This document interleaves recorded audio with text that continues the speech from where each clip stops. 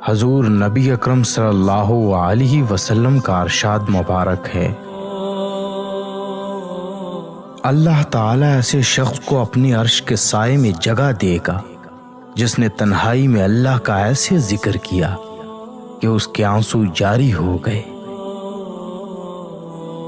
اگر جھک جانے یعنی عاجزی اختیار کرنے سے تمہاری عزت گھٹ جائے تو قیامت کے دن مجھ سے لے لینا۔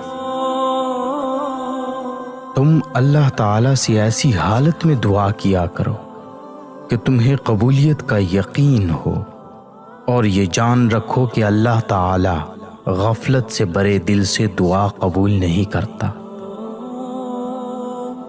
نبی کریم صلی اللہ علیہ وسلم ایک دن مسجد نبوی میں تشریف فرما تھے۔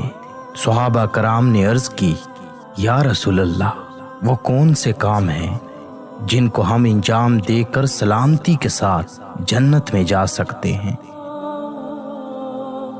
نبی کریم صلی اللہ علیہ وسلم نے فرمایا، 3 کام ایسے ہیں جن کو کوئی بھی انجام دے گا تو وہ سلامتی کے ساتھ جنت میں داخل ہوگا۔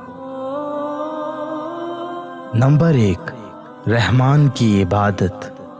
نمبر 2، غریبوں کو کھانا کھلانا۔ نمبر 3، سلام کو عام کرنا۔ جو حق پر ہونے کے باوجود جھگڑا نہیں کرتا، میں اس کے لیے اعلیٰ جنت میں گھر کا ضامن ہوں۔ جو شخص حصول تعلیم پر 1 گھنٹہ کی ذلت برداشت نہیں کر سکتا، وہ ہمیشہ کی ذلت میں پڑا رہتا ہے۔